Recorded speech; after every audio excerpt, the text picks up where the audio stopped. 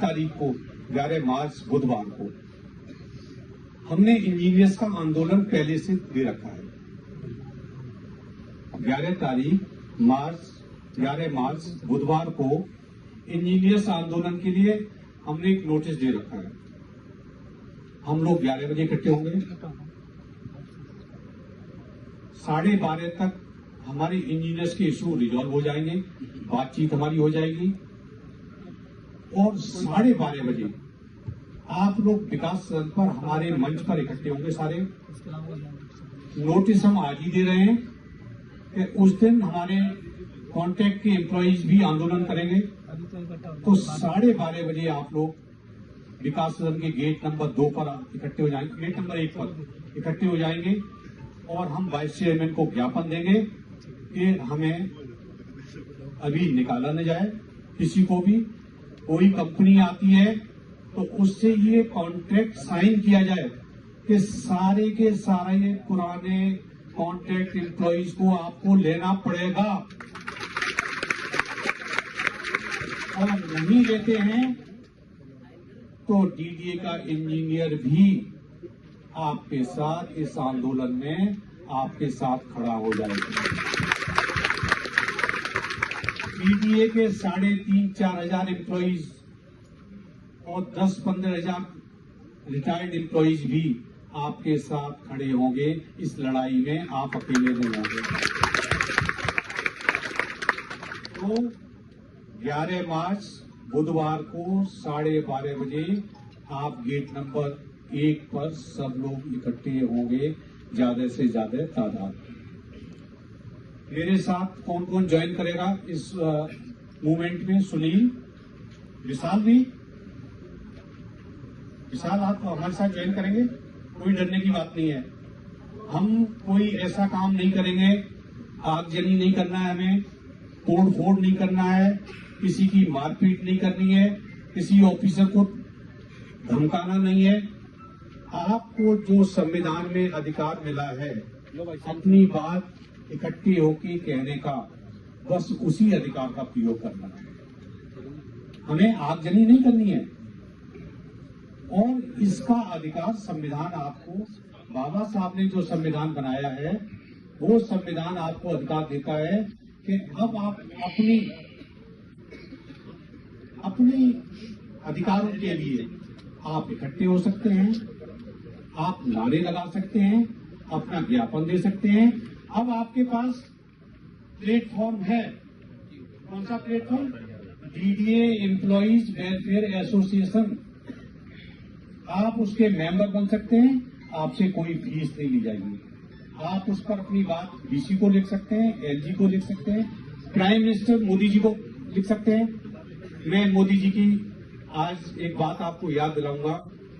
मोदी जी ने कहा था कि मैं प्रधानमंत्री रहते मैं कभी नहीं ये देखना चाहूंगा कि हमारे एम्प्लॉइज को, हमारे युवाओं को जॉब से निकाला जाए। तो जब प्रधानमंत्री मोदी जी इस बात को कहते हैं कि किसी युवा को निकाला नहीं जाएगा, उनको नौकरियां मिलेंगी, तो प्रधानमंत्री मोदी जी से बड़े यहाँ के डीडी के अफसर नहीं है। जरा शर्म करें। जब देश का प्रधानमंत्री ये कहते हैं कि हमारा युवा, उसको जॉब मिलना चाहिए। बताइए, ज्यादातर बच्चे शादीशुदा हैं, इसमें उनके ईएमआई चल रही है, बच्चों की एजुकेशन चल रही है, उनके घर का किराया कौन देगा? इनको शर्म नहीं आती? ऐसा कॉन्ट्रैक्ट कैसे साइन कर सकते हैं? नई कंपनी आ रही है, वो क्या कर रही है? 1-1, 1.5 रुपया उन लोगों से ले रही है। ये भ्रष्टाचार का केस है। ये केस भ्रष्टाचार का है। इसमें भ्रष्टाचार हो रहा है और इस भ्रष्टाचार को हम उजागर करेंगे और प्रधानमंत्री मोदी जी तक इस बात को पहुंचाएंगे। लेकिन एक चीज जरूरी है, संगठित और अनुशासन में रहने की चीज। आपको संगठित रहना है, अनुशासित रहना है और धैर्य नहीं छोड़ना। 15 तारीख के बाद आप लोग इसी डीडीए में रहेंगे, मैं आपको आश्वासन देता हूं। कोई बाहर नहीं जाएगा, ठीक है। तो 11 तारीख को बुधवार को आप लोग 12:30 बजे विकास के अंदर सब लोग पहुंचेंगे। और मैं अभी आपके जो पदाधिकारी हैं, जो 4 लोगों का नाम जिसमें लिया है, सुनील जी, विशाल जी, सुष्मिता और एक कौन है, ओम कौशिक जी, ये मेरे साथ अभी कमिश्नर से मिलेंगे, प्रिंसिपल कमिश्नर से मिलेंगे और चीज को हम आगे बढ़ाते हैं।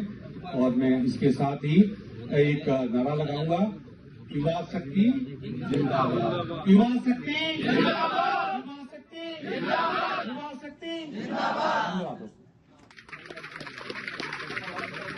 में इतनी संवेदना नहीं है कि इतने सारे परिवारों की जो रोजी रोटी चल रही है एक बार में अगर उसको उजाड़ दिया जाए तो ये हर तरीके से अन्याय है। और इस अन्याय के खिलाफ लड़ने के लिए आप निश्चिंत रहिए, हमारे प्रेसिडेंट साहब परम यादव सर आपके साथ हैं। और जब तक कि ये मुद्दा सुलझ नहीं जाएगा तब तक कि वो चैन से नहीं बैठेंगे। मैं आप लोगों में से आग्रह करूंगा कि आप में से और कोई भी जो अपनी बात रखना चाहता हो और डिटेल में और इस बात को बताना चाहें। मैं विनती यही करता हूँ कि आप हम पूरा विश्वास दिलाते हैं कि आपको निकलने नहीं देंगे।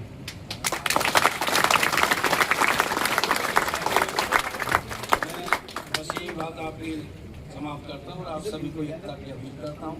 धन्यवाद। धन्यवाद कुलदीप जी। आप में से कोई गर्ल्स अगर अपनी बात रखना चाहे तो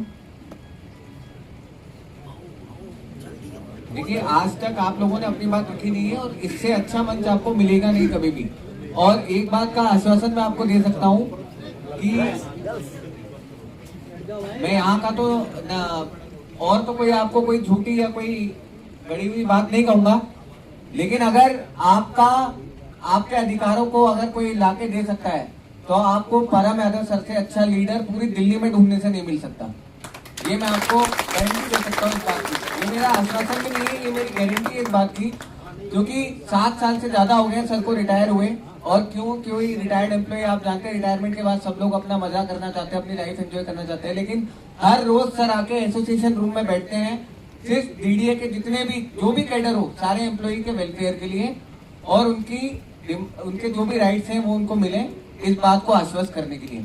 तो मैं आदरणीय परम यादव सर से अनुरोध करूंगा कि वो आए और जितने भी एम्प्लॉई जहां पर हैं जिनके मन में आज असुरक्षा की भावना चल रही है, तो अपनी बात से, अपने शब्दों से